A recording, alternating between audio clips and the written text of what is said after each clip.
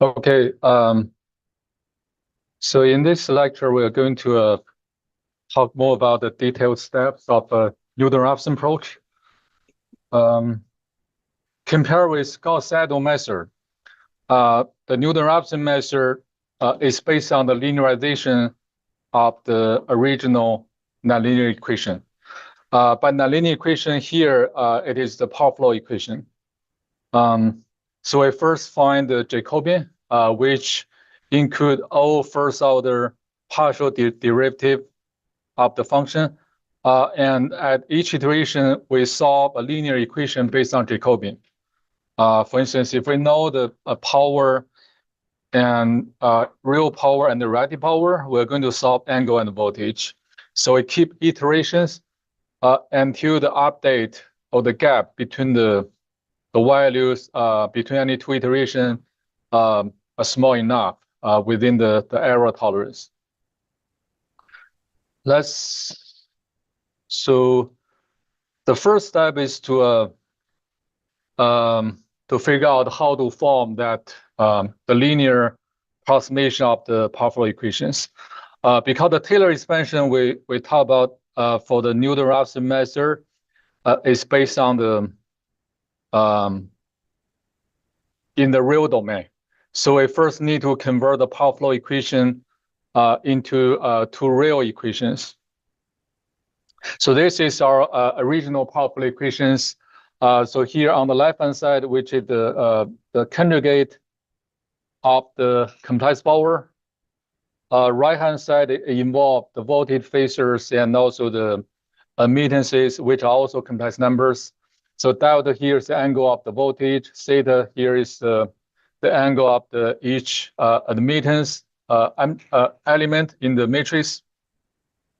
So we first split it is a complex equation into two real equations. So in the real equation, we'll utilize the angle and the voltage magnitude, and also admittance also become the absolute value. So we have two equations. We call it equation 1, equation 2. So next step is to linearize this equation to get a number of linear equations. So we need to figure out how to form this Jacobian matrix. Because this linear equation is to solve the angle and the voltage based on the power, the active power and the reactive power. So for some buses, if the voltage and angle are already known, we don't need to include those buses into such a linear equation. Examples are such as the slide bus. A slide bus has the voltage, magnitude, angle both given, right? We don't have to include the slide bus into this equation. Another example will be the PV buses. PV buses have the voltage magnitude known, so we don't need to include any equation about the voltage magnitude for the PV buses. Then we can determine the dimension of this Jacobian matrix. So assume we have n buses for the entire network, m buses for m PV buses, which are generators with the p value and the voltage magnitude given. And the rest of the buses will be the PQ buses. So we have n minus 1. The 1 is a slide bus, and minus m, which is m is for PV buses. So we have n minus 1 minus m PQ buses. As I said, we don't need to include the slide bus. So here we number the slide bus as 1. So in the Jacobian matrix, we won't be able to see any voltage angle with the subscript of 1. So when we build this Jacobian matrix, we start from index of 2. And they have 4 combinations of a partial derivative, like partial p by partial angle, partial p by partial voltage, absolute voltage, partial q by partial angle, and partial q by partial absolute voltage. For the PV buses, their voltage magnitude don't need to be changed. They will stay at the value given. So which means if bus 2 is the PV bus. So if we calculate the partial derivative with respect to the voltage magnitude at bus 2, that derivative will become infinite. So we should cross off that column if that bus is a PV bus. And for the PV bus, we only just need to solve the angle. If we solve the angle and we also use the original magnitude together with the voltage phasor at other buses, we can calculate the Q for those PV buses, right? So we also don't need to include that raw in the Jacobian matrix. So we can maintain the Jacobian to be still a square matrix. Okay, so we just remove all the raws involved of a partial Q involving PV buses.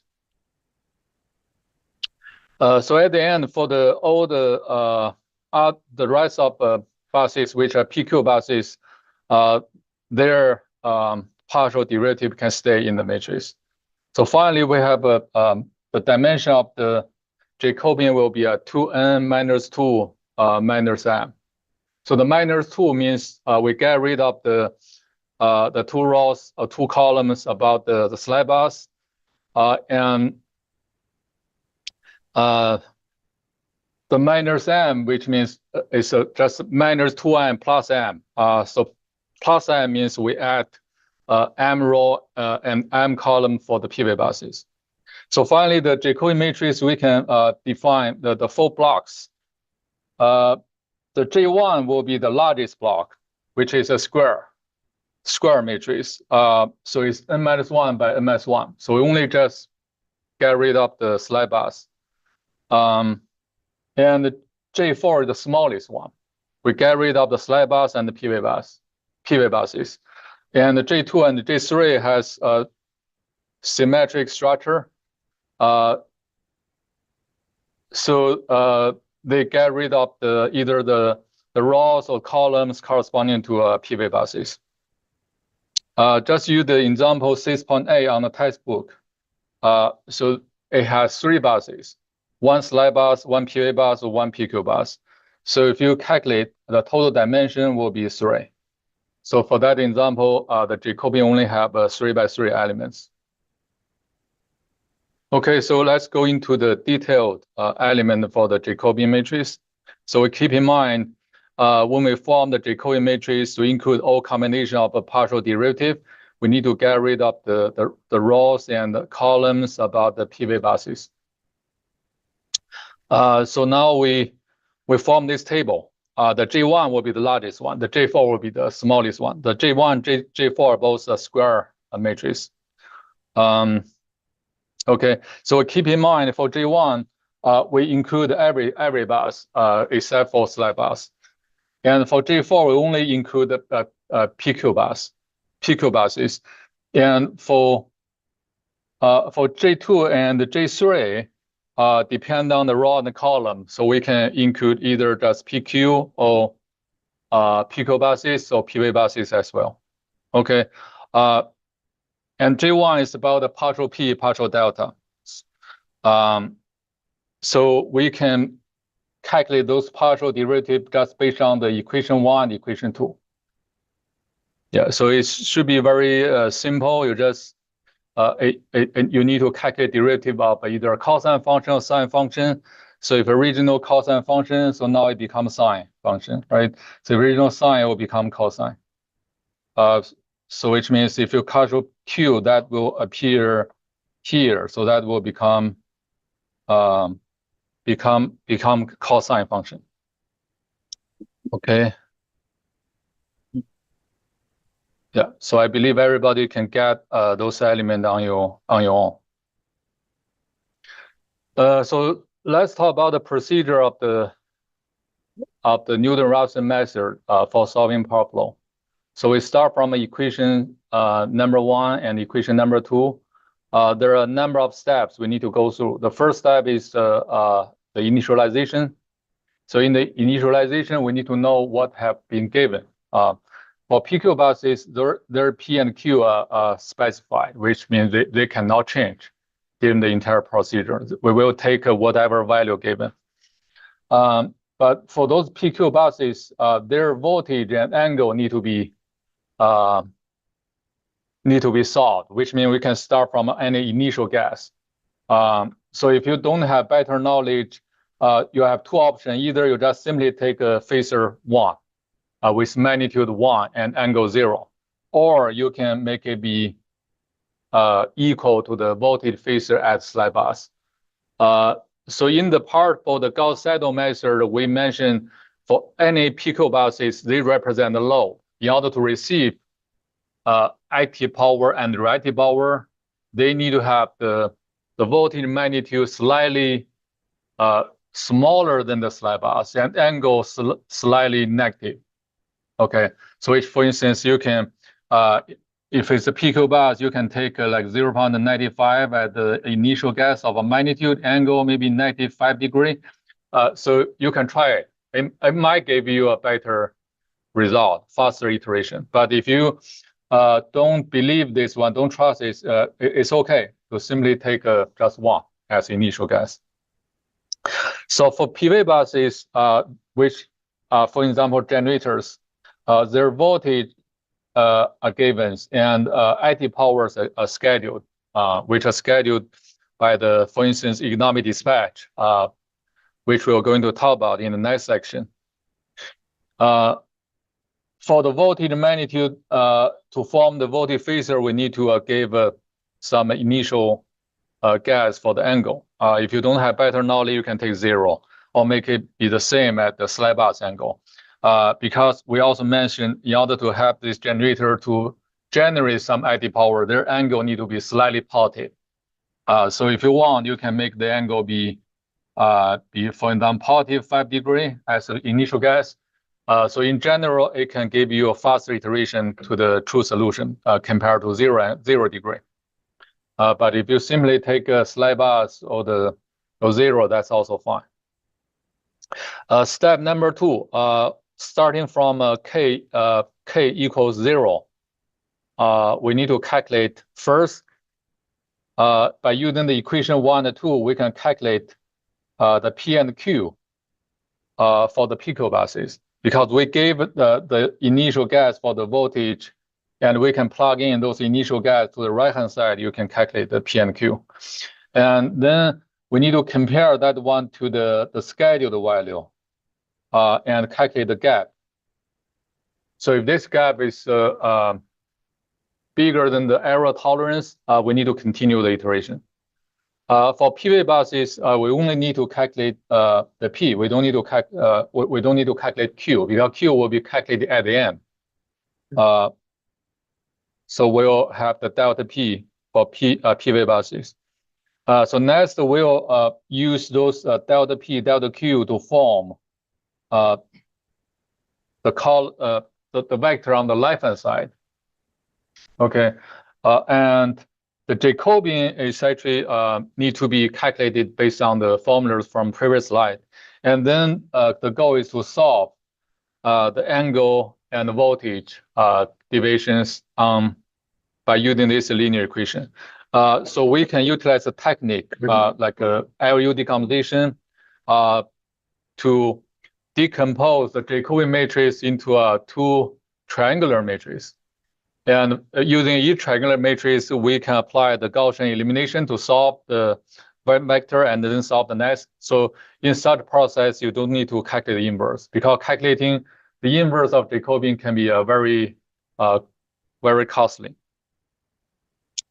The next step is just to update the voltage. So after solving this voltage angle and the magnitude, you can update the value from previous situation, so you can get the new value for the magnitude and angle.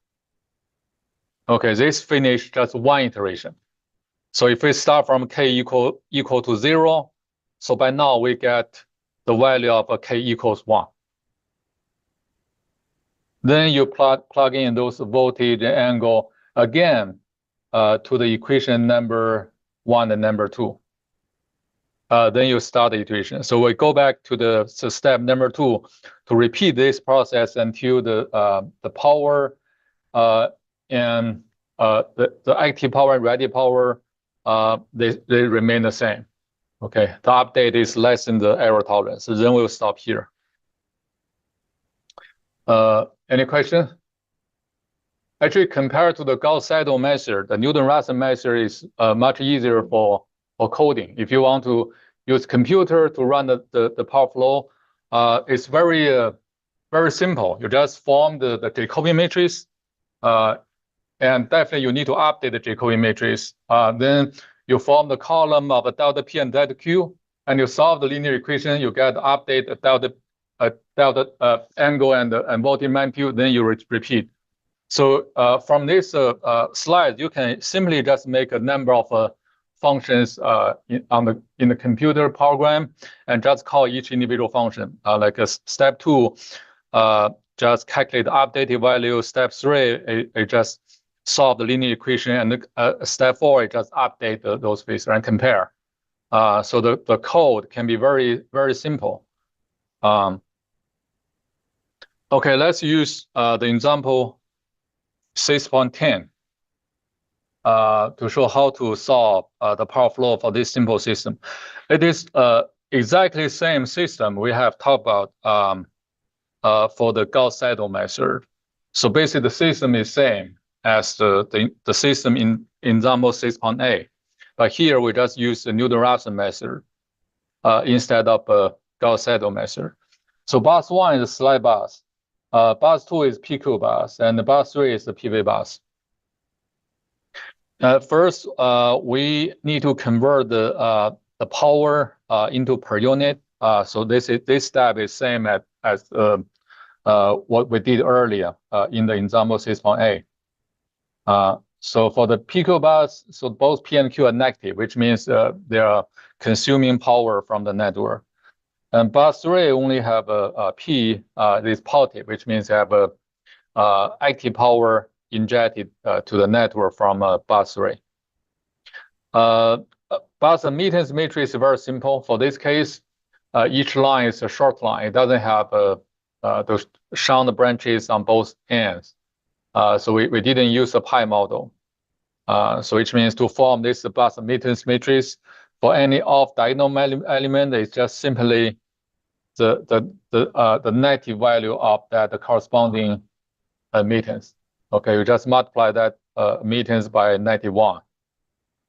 And so the diagonal elements are basically just simply just the total of the two the admittances of the two branches connected to this bus. So and this bus admittance matrix is symmetric because it doesn't involve any phase shifting. So next step is we need to convert this matrix into the polar form with every element showing the absolute value and angle. Okay, and the next step, we need to form the Jacobian matrix.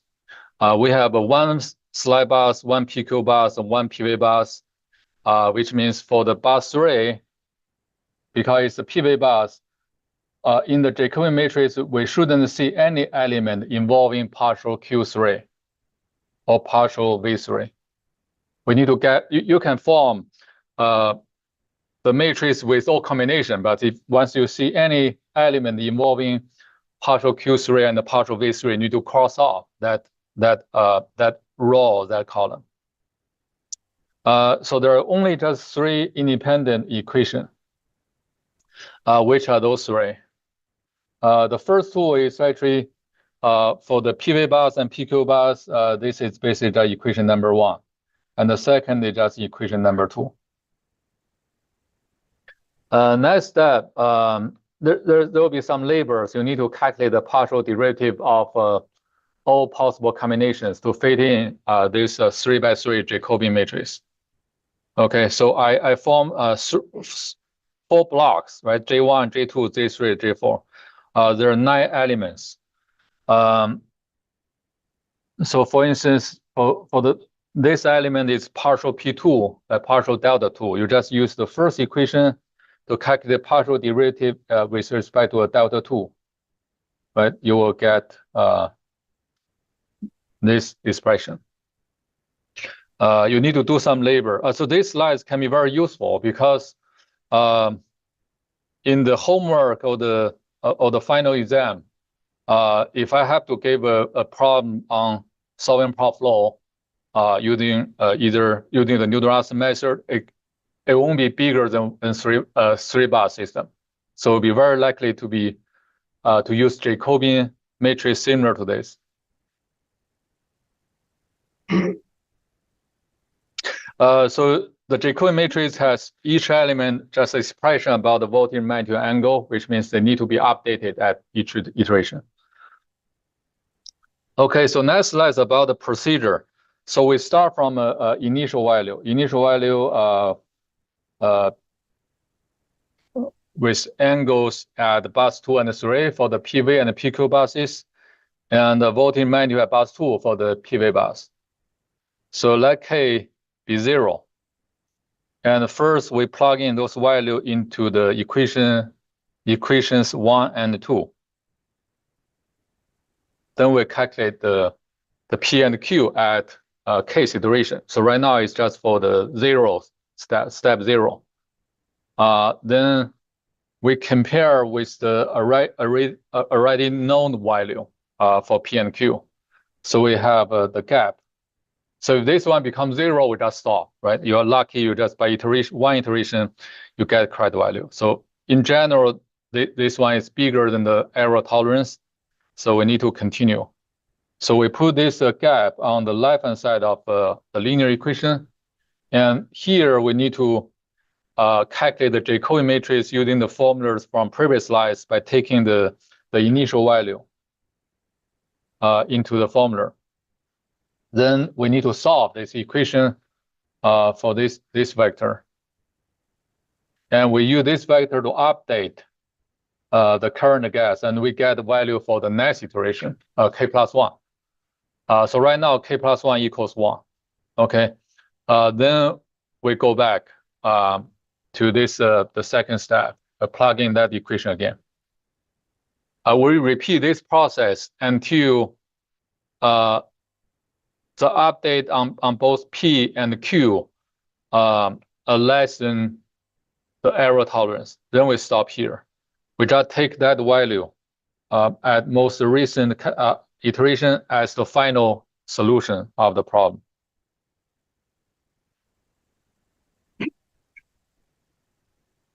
Okay, so this process only gave you a P and Q for only gave you the P value for the PV bus and the PQ bus and Q value for the PQ bus. So we still need to calculate Q for PV bus and also the P and Q for slide bus. So we just use the equation 1, 2 again to calculate the other P and Q values. So this will finish the entire process. Any question? All right, so these slides can be your guidance to solve the prop flow problem for a 3-bar system in your homework. Let's go into the detailed calculations for this example. So we start from those given values and then we make some initial guess. So here we simply just make the PQ bus have voltage 1 and angle 0. That's same as the slide bus. First step is to calculate the P and Q using equations 1 and 2, and then find the update value. The next step is to calculate the Jacobian, then solve the delta V and the delta. So you see the Jacobian here has some actual numbers calculated using the initial guess. And here we just need to solve this linear equation about this vector. Because this system is very simple, you can just solve the inverse. It doesn't take you much time. So you'll get the solution, and that can help you to update the voltage and angle to get a new value. And the new value will be plugged into the equations 1 and 2 again. Then you will go to the next step. Okay.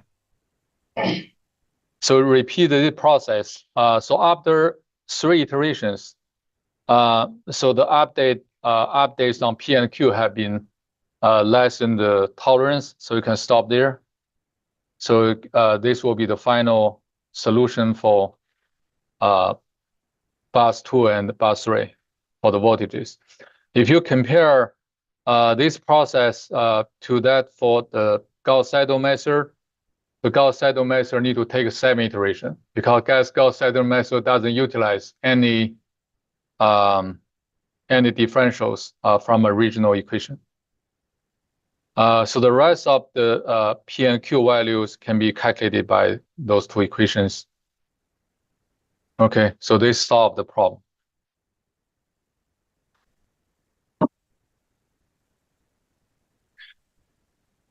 Okay, so that actually wrap up the approach of the Newton-Raphson method. So next, we want to talk about another method which is useful to calculate power flow, which is like a revised version for Newton-Raphson method, but which can be much faster. The method is called the fast decoupled power flow solution method.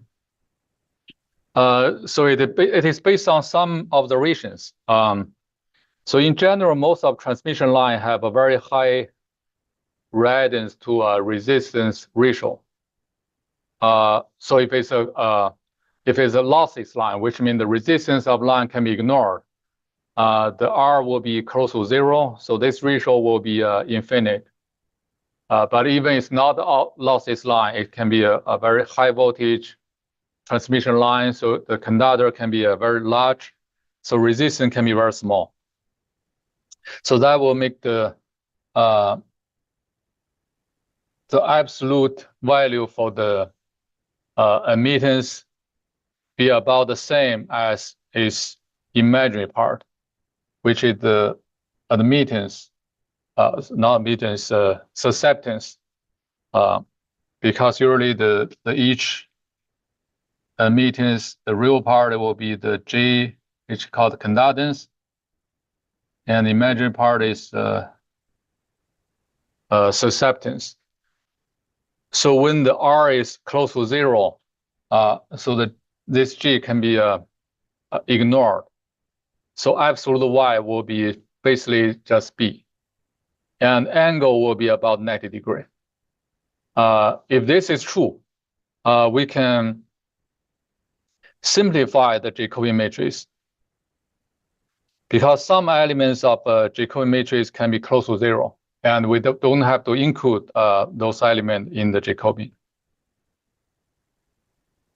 For instance, in power system, usually the IT power pretty much depend on the angle difference. So if you want to deliver IT power from one bus to another bus, we need to create the difference in angle.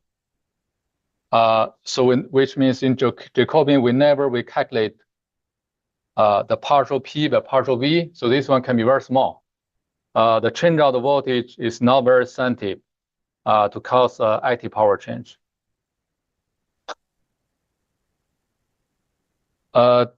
And also the delta Q, which is about the reactive power, it's mainly depend on the voltage gradient. It's not very sensitive to an angle difference. So which means in the Jacobian, any elements in this form, like partial Q by partial delta, will be very small.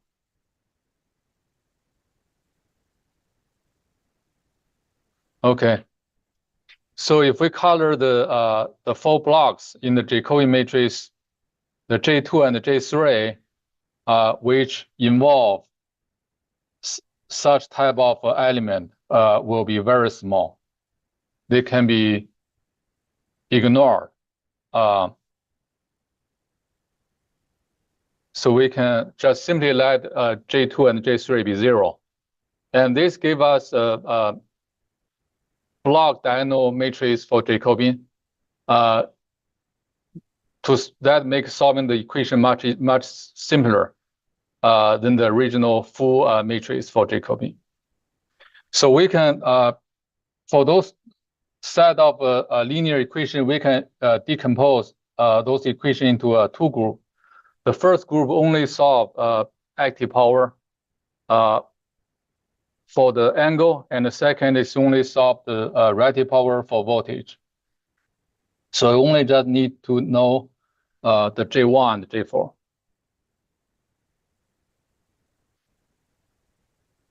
This one makes sense for everyone? Or anything doesn't make sense?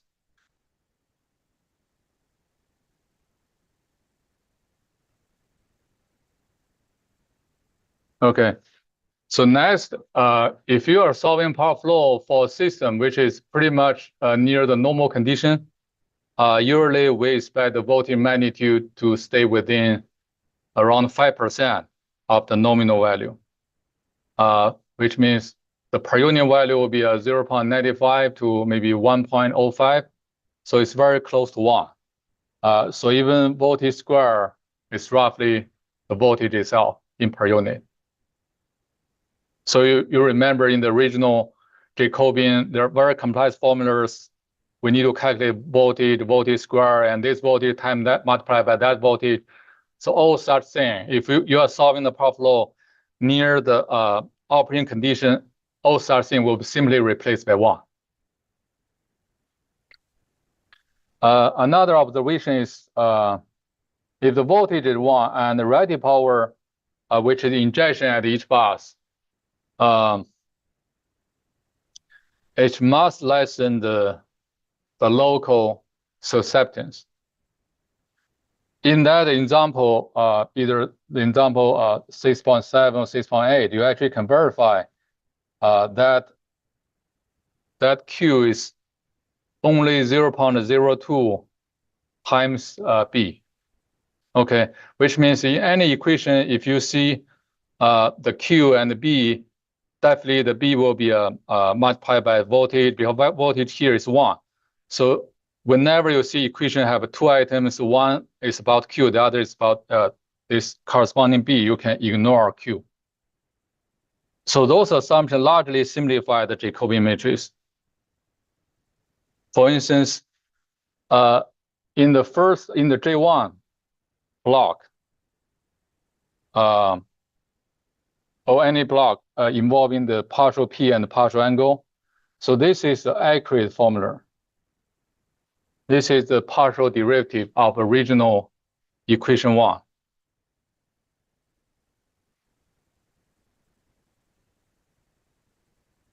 Because each voltage, this one become around 1. And this Yij become just simply Bij. Okay. And assume those angle, this angle is about 90 degrees. And those angle is very small. Very small. So that will make a total be roughly 1. So finally, what we have is simply just negative Vi times Bij. So it becomes very simple for that element. It may not be accurate, but it will give you much simpler way to calculate.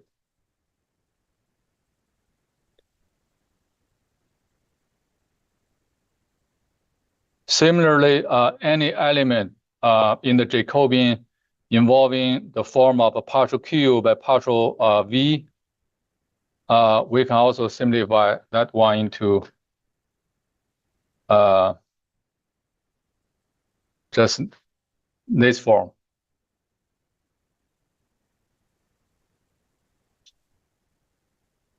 So this item, because the theta ij is close to 90 degrees and those two is small, so the sign angle, which is near 90 degree, will be about 1. Right, that's same. So it will largely simplify the Jacobian matrix. So we don't need to worry about the J2 and J3 on the off-diagonal elements. So we only just consider 2 blocks on the diagonal of the matrix. For J1, which is about any buses, not including the slide bus, J4 will be any PQ buses. Okay, we just utilize the 2 approximate formulas. And if in the block 1, J1, if it's not on the diagonal, it will be just simply the product of this negative Vi and Bij. And for the off-diagonal element, there's also a one Qi. That one cannot be get rid of. But because based on our observation of this one is much smaller, so we can get rid of this Q. So eventually, for the J1, any element can be approximated by the product of a negative V voltage and absolute voltage and some Bij. Okay. So we can rewrite this block in this form.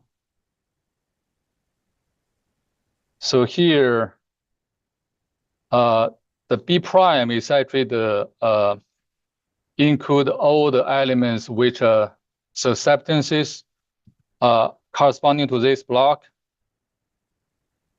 And we calculate the inverse and multiply by the, there's a vector, include all the IT power deviations divided by the voltage. So this formula is basically, it's just a general way to represent those 2 types of equation, because here we want to solve angle. We want to solve this angle, right? So this one will be roughly in the form like a partial P divided by like a negative Vi Bij, right?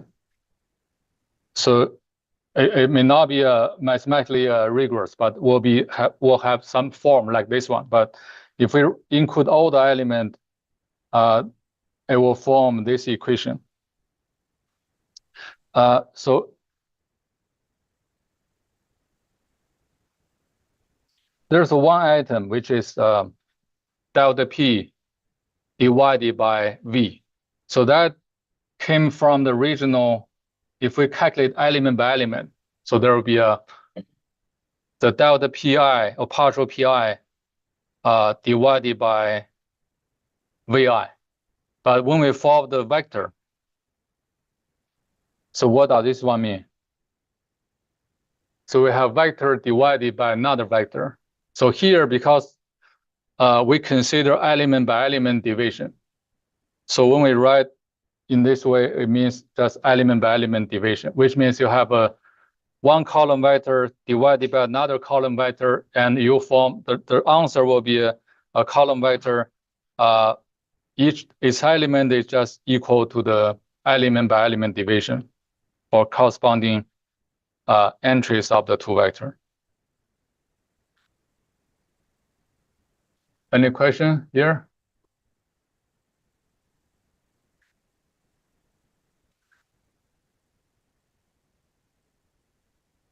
For the J4, that only include any items in the form of partial Q by partial V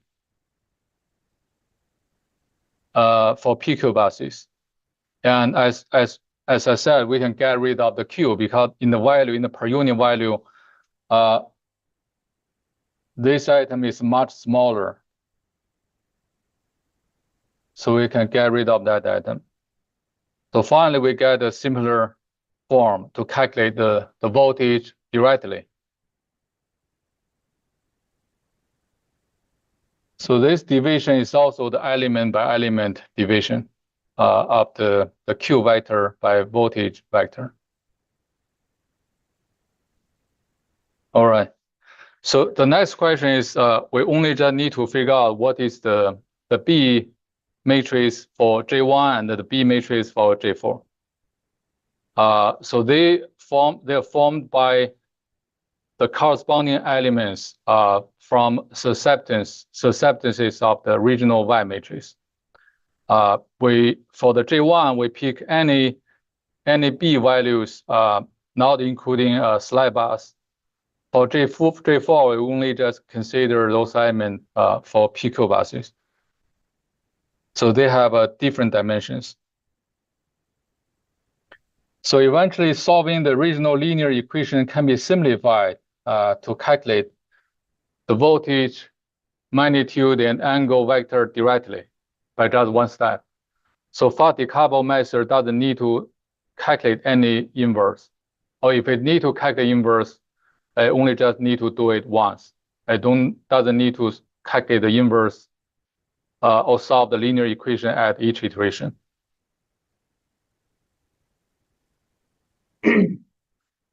Okay, let's compare this fast decoupled method to a Newton-Raphson method.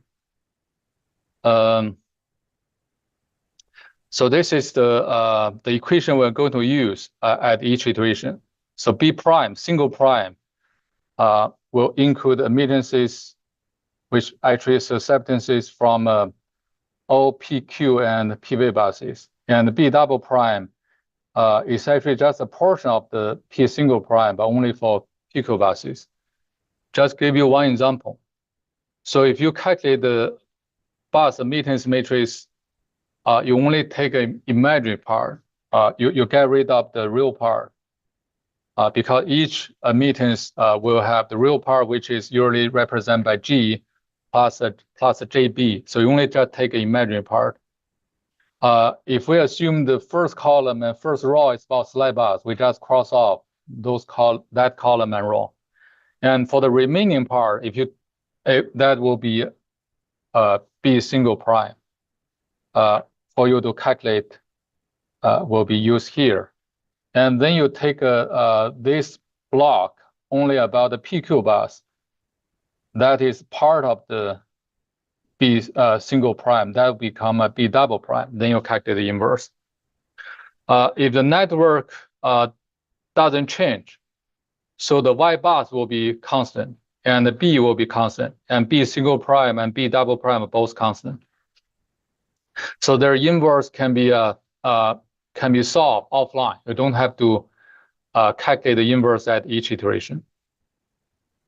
Okay, so the fast decoupled method uses constant B single prime and B double prime, which is equivalent using a just constant Jacobian.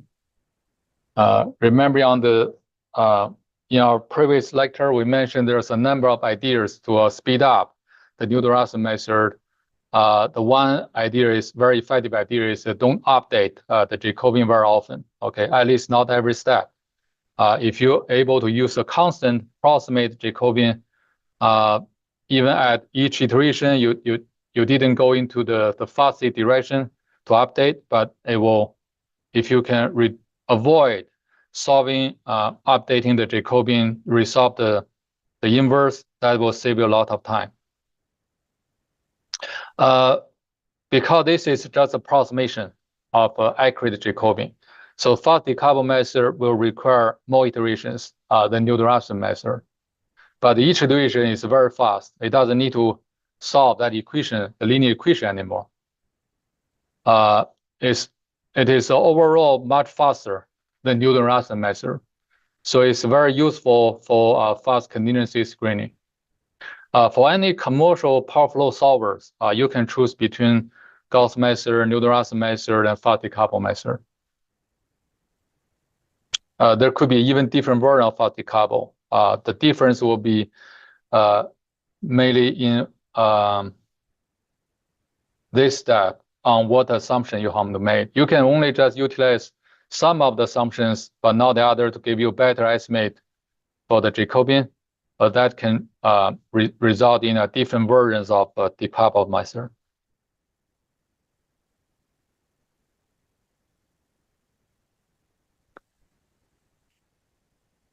Okay, let's use this example 6.8 again to demonstrate how to calculate far decoupled method for this system.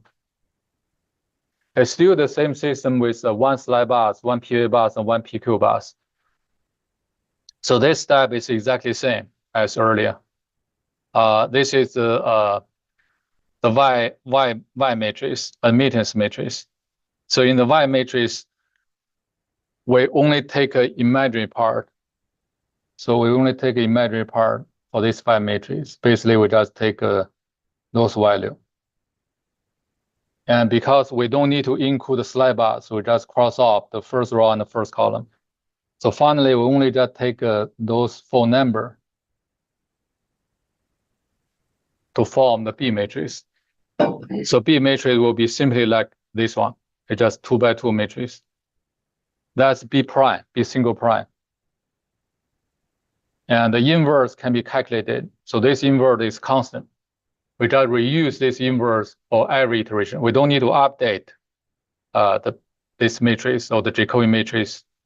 What is the B double prime? B double prime is the bus, only the PQ bus, because we only have just one PQ bus. Basically, just this one number. Okay, so the inverse is basically just 1 over the negative 52. So it's done. We just keep using those B single primes, B double prime of their inverse matrix value repeatedly in each iteration. Okay, let's try to iterate. We start from the same initial guess. So step 1 is initialization. Step 2 is just calculate P and Q by using equations 1 and 2. This step is same. Then we have the gap, right? By comparing the schedule value and this initial guess, we have this. By now, it's exactly the same as the Newton-Raphson method. So next step will have some difference. So instead of solving the linear equation involving Jacobian, we only just use the B single prime and B double prime. B single prime just a 2 by 2 matrix. B double prime is just one element. We don't need to solve equation because those inverse already calculated offline because B matrix here are constant. So we can directly calculate angle deviation, angle update, and voltage update. So for instance, to calculate the angle update, so this is the inverse of the B prime. This is a vector of delta P divided by voltage, element by element. So each element is just correspond to that power update, which is this one, divided by that voltage magnitude. So for bus 2, that voltage magnitude is 1. Okay. Second element, basically just this delta P divided by, because this bus is a PQ bus. So for PQ bus, the voltage magnitude is given. Okay, so this is just first iteration.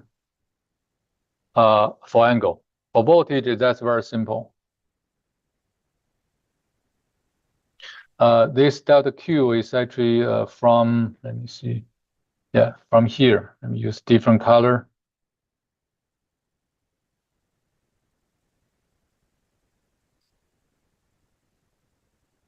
Voltage is 1. That is from initial guess. This is just one iteration. Okay, then you get the updated angle and voltage. So each iteration is very simple. You just plug in the updated powers into the two formulas to give you updated angle and voltage. But you need to do 14 iterations to get the same result as that from the Newton-Raphson method. But each iteration is very fast. Okay, so eventually you can get the same answer at the Newton-Raphson method. So in the final exam, if I ask you to solve power flow for a 3-bar system, you can choose between the Newton-Raphson method or the fast decoupled method. Okay, for fast decoupled method, you need to calculate the B prime, B double prime once, solve the inverse, and just repeat using this equation, but it may take maybe 10 to 20 iterations to get the same answer. Okay, so yeah, that's a. Do you think this way's better than expensive? Okay, this one even if you are calculating power flow for a normal system, which means all the assumptions for this method are true, this is much faster, very fast. Yeah, because it doesn't solve linear equation, it just goes straight forward to calculate. You see all the numbers there. Yeah, but the question will be, if you're solving a power flow problem and for a system the voltage is not around 1, this can be a problem. The Newton-Raphson method is still the best.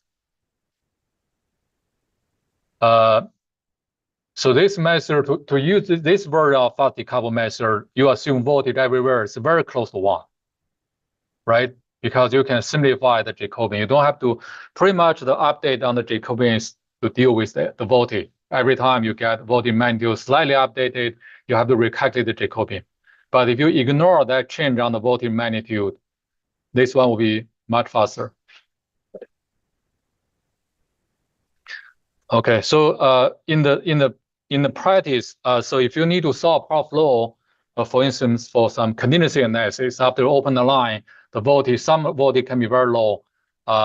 Maybe the fast decoupled method is not the best one. It may still give you a solution, but it may take many iterations.